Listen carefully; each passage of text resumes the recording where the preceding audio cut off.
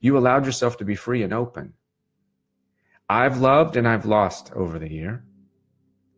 And I have given and received. And I have done right and I've done wrong. I have walked a path where I felt embodied in everything. And then I've felt distant and depressed.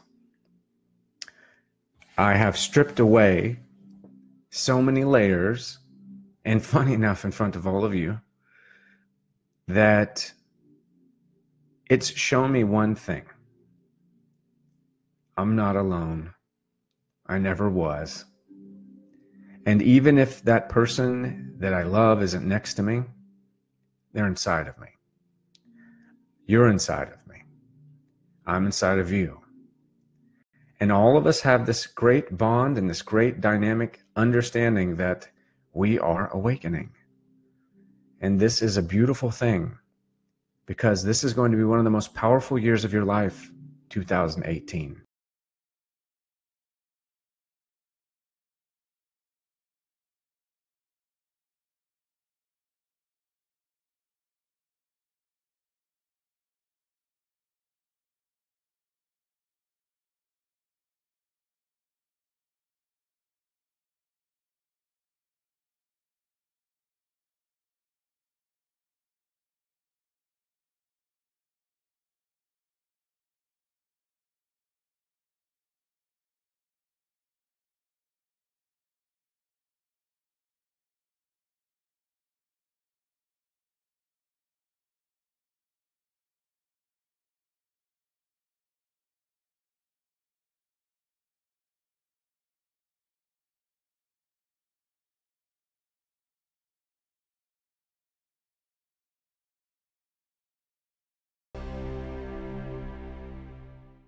Hello, Natalie. Hello, buddy. Hello, Tammy. Jonte, Florida in the house. So what's up for me? Oh, my nose is a little red. I'm treating my nose now. So if anybody is wondering. So Reiki on the face. As you all saw me last week, I did Reiki on my face. It's like I feel like Santa Claus calling out reindeer. On Cupid, on Donner, on... It's like, it's literally like I'm calling out Christmas reindeer. Everybody's a Christmas reindeer, and we're all part of the purpose. We're all bringing the sleigh. And I'm definitely Rudolph right now because my nose is turning red. I have to say, I should have saved the nose treatment for Christmas, because then I could have been Rudolph. That would have been great. So before we start diving into some stuff, I wanted to say that 2017 was a dynamic year for all of us. It was a year of clearing. And for those of you that are unaware of what the term awakening means or ascension, I don't want it to get confused into thinking that we're climbing the Mount of Olives and ascending up into the clouds with our hands like this. I think that what the terminology is referring to, for the most part, is inner growth, inner guidance, that inner goodness coming out. A lot of you came to me via either search for questions about love or twin flames or soulmates or divine partnerships. And I think many of you, obviously, Jonte and some other people that I've talked to personally, Tammy and Natalie, we, how can I put this? We're not generally talking, I'm not generally talking to both sides, both parties. I'm generally talking to one person or one party in the relationship, in that purpose. So I think that in the point of ascension, we have to look at it from the inner workings, the soul purpose, the singular purpose on your side of it. And going into 2018, I would love for everybody to kind of write down a little bit, maybe 3 or 4 things that you learned through 2018. And when you start thinking about what awakening means to you and how awakening is going to be kind of like a new term that is going to be used a lot. You're going to hear it a lot. You're going to hear like the shift. You're going to hear awakening. You're going to hear all these terms. But just understand what you're experiencing is a synchronization.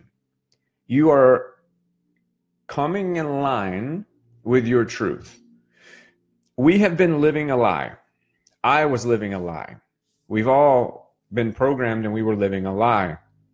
We haven't really been truly shown what a man is or what a woman is or how a man and a woman would really react to an ascension, an awakening purpose until recently. The roles had been confused. The masculine side of things had been overwhelming, really. As a man, crying wasn't on my menu. When I sat down at the restaurant, I wanted to order. Crying was nowhere to be found in the menu, not even in the dessert section.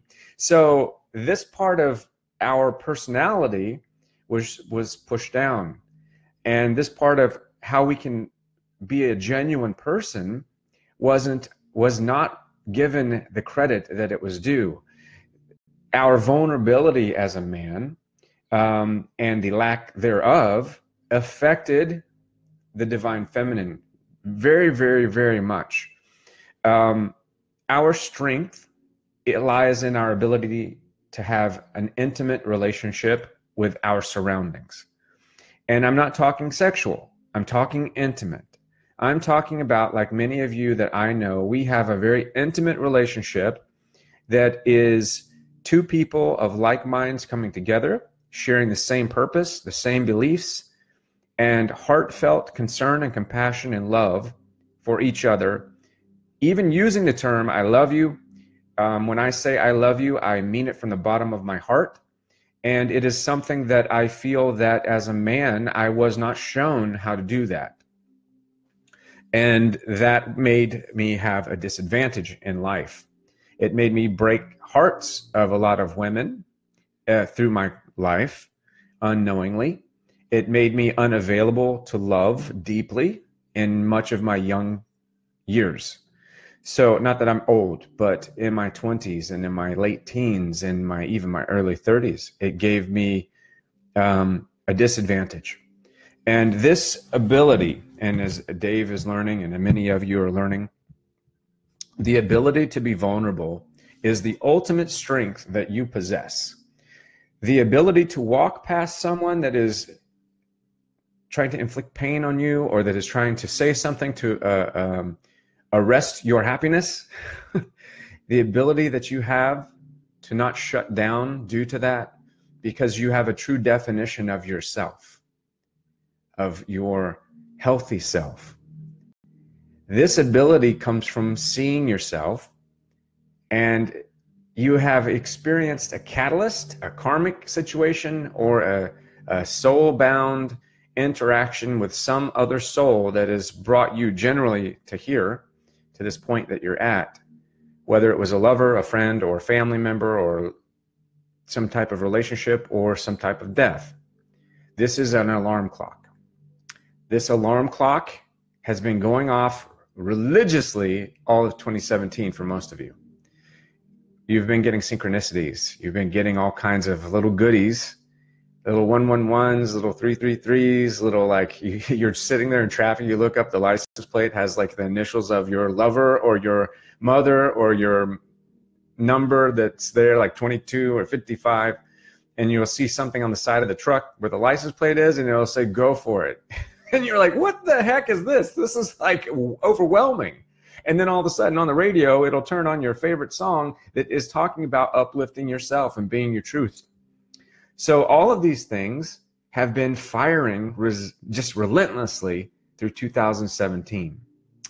And I believe that if you are like me, you tend to question these things because of your processing, because of how we were raised, because of the misinformation we were given.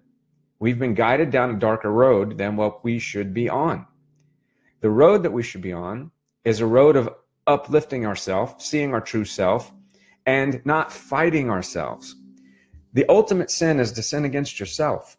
When you know your truth, but you lie down in a lie. Because when you are not being yourself and you are not being authentic, it does damage to you, and it prevents you from being happy and your best self. And much of this twin flame talk, much of this soulmate talk is about realigning your truth. It is an alarm clock. Like I said, I am an alarm clock at the crossroads, and I've been going off like wah, wah, wah. And this is inviting you. It's an invitation. It's an invitation which we are all going to take on 2018. It's an invitation to start growth. It's an invitation to start giving. And I don't mean money, because money's irrelevant.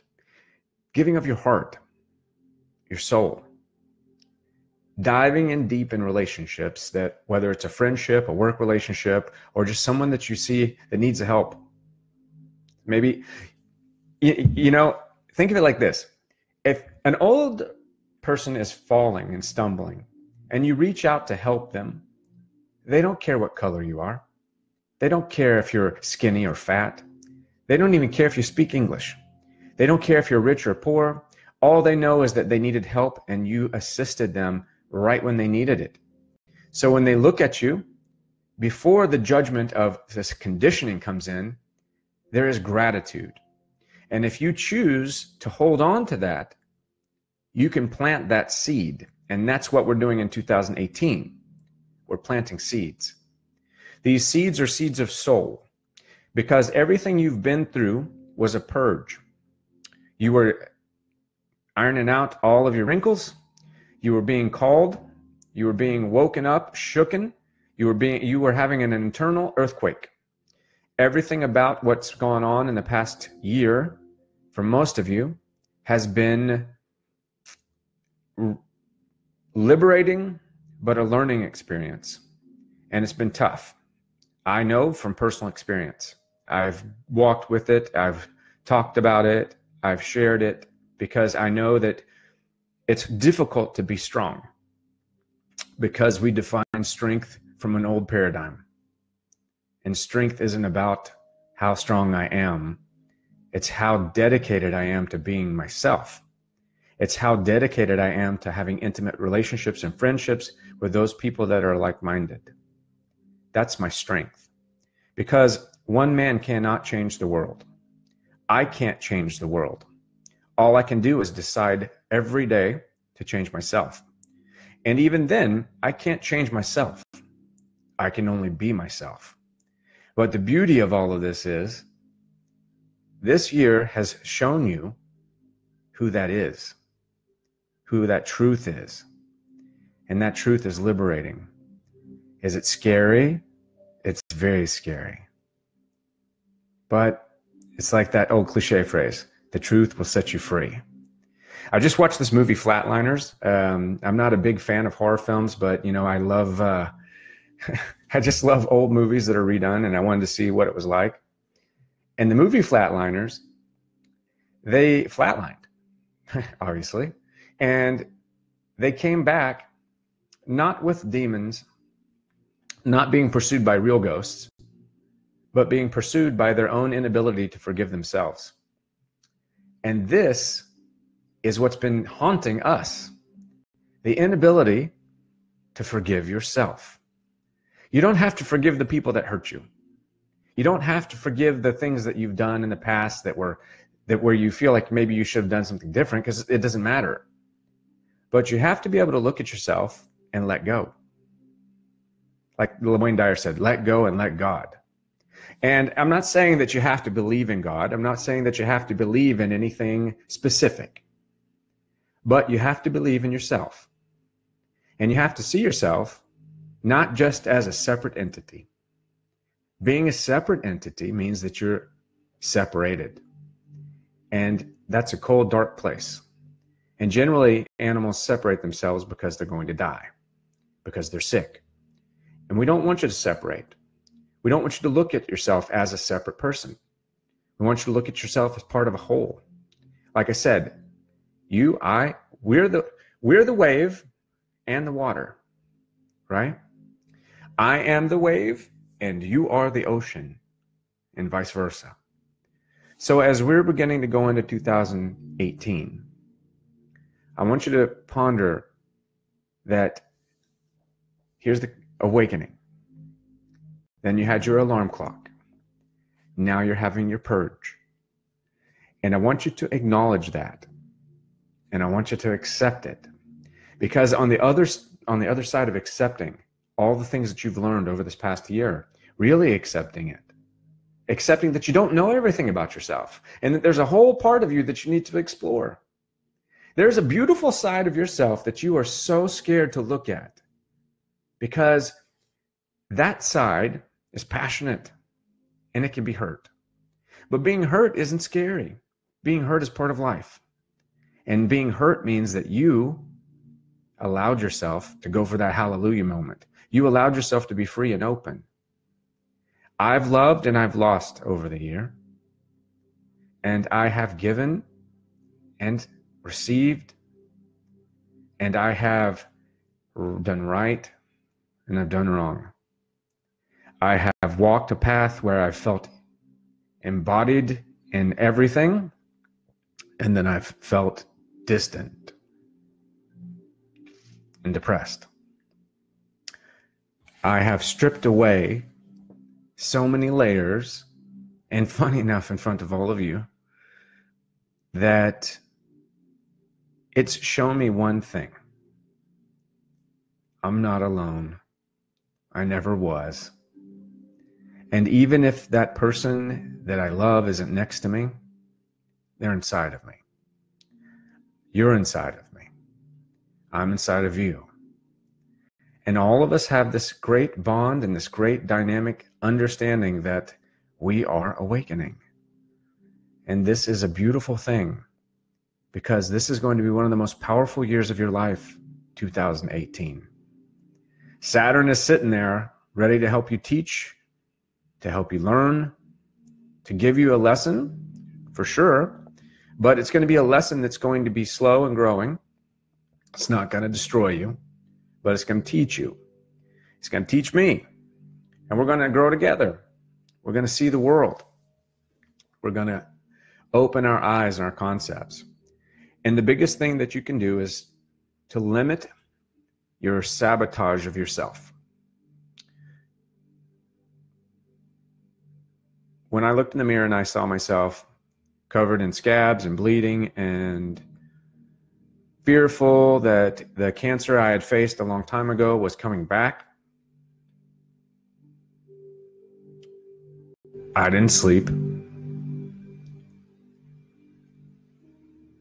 And I just looked.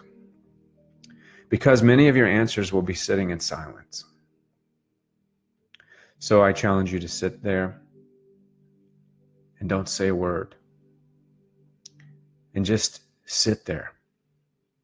Because the more you sit with yourself, you're going to hear your heart. And your heart is the most beautiful thing that you possess. There's nothing beautiful in comparison to your heart. The body is nothing compared to this heart. Because the heart is the heart of your soul. And your soul is connected to Source and connected to us.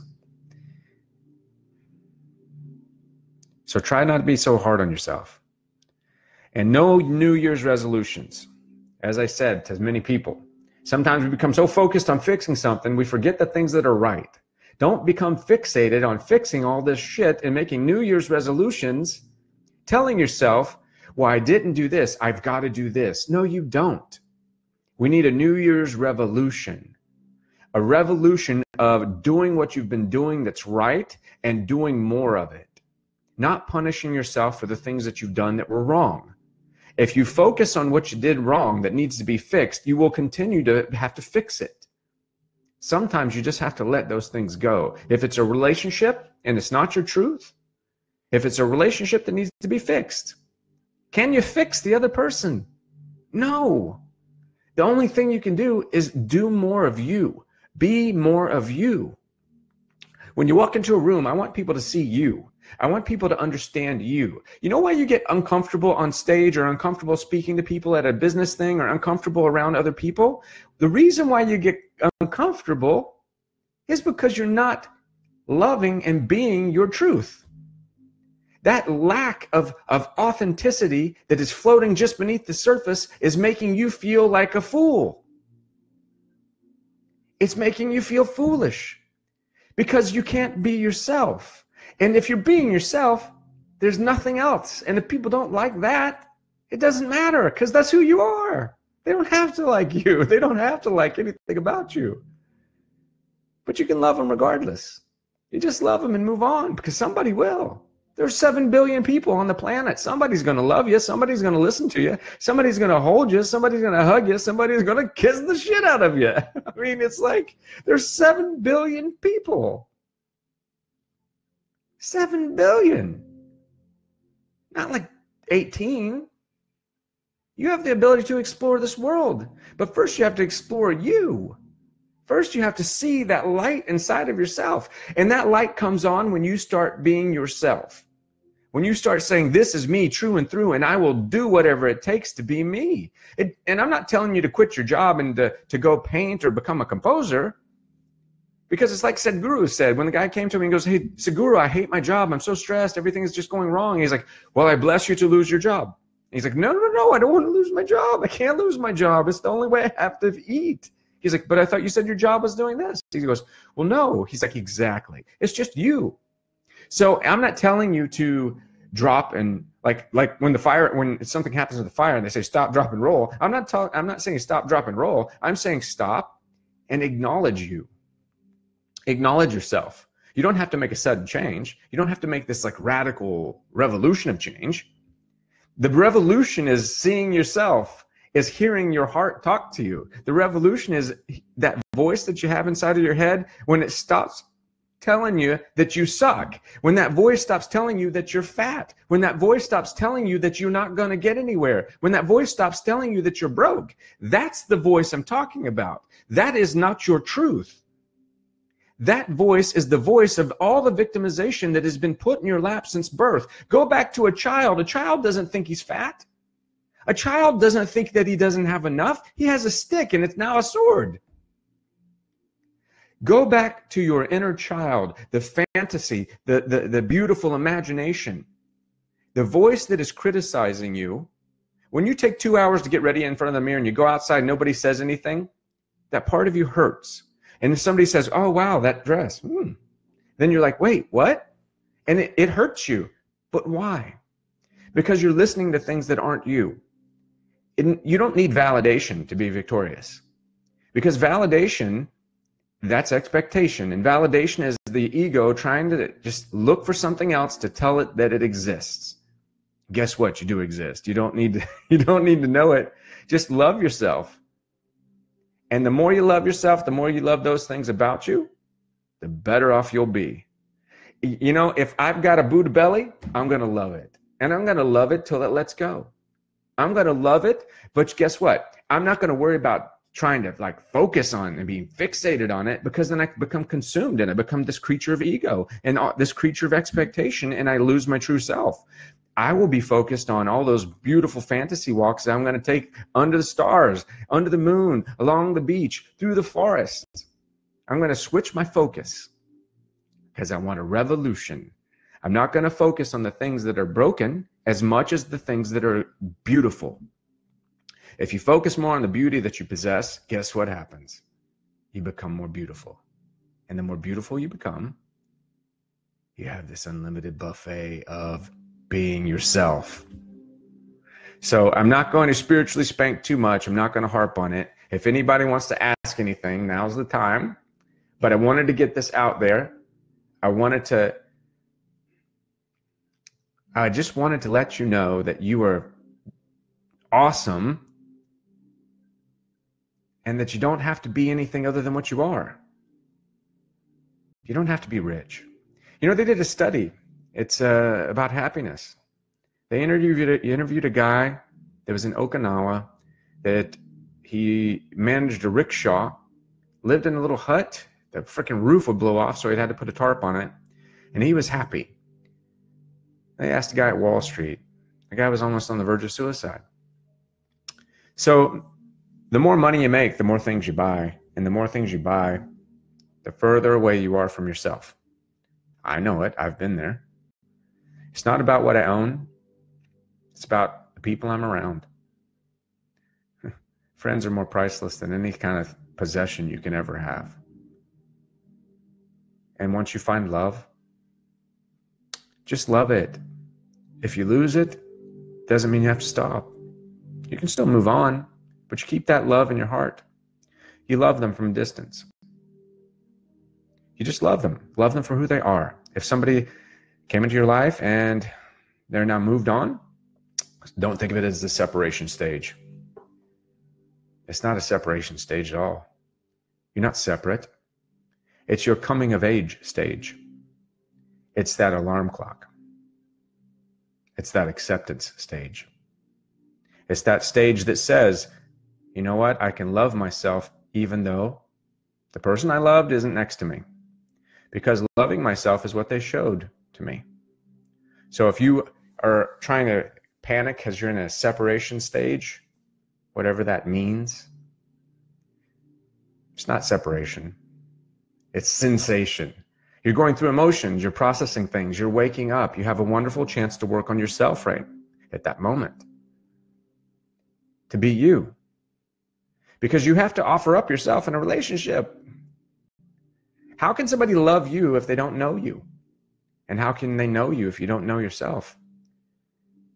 Are you playing a role or are you being yourself? It's a lot easier to be yourself.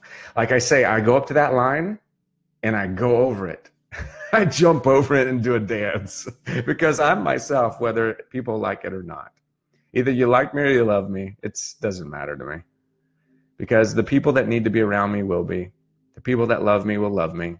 And the people that don't like me, well, maybe they'll learn something, even in that not liking. Oh, I wanted to let everybody know. So my book is done. It's going to be available, I think, on January 18th. I'm going to have Kindle. I'm going to have Audible, so you can listen to it. It's about 8 hours long.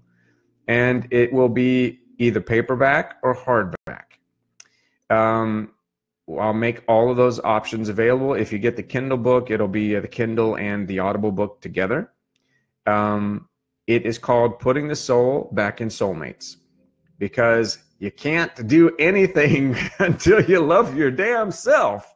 If you don't love yourself, how in the hell are you going to make a relationship work? And I don't mean you have to love yourself to a perfect place. You don't have to love yourself perfectly. It's not like you're going to sit under a freaking tree and meditate and then all of a sudden it's magic. No, I mean learning to love yourself. This is a daily walk. This is the daily doing of it. Every day you're going to screw up, but every day you're going to say, I screwed up, but I'm going to do it right. Like I told people, you know, religion, righteousness isn't about being right. It's about doing right. And doing the right thing means recognizing yourself, acknowledging yourself, being your true self, learning from your mistakes. A mistake is just a misunderstanding. It means you just misunderstood something, so now you understand it and you can move on. So the understanding and the enlightenment stage, and we are in the soul-to-soul seed planting stage. Peace, light, and love. Lots of big love, hugs and kisses.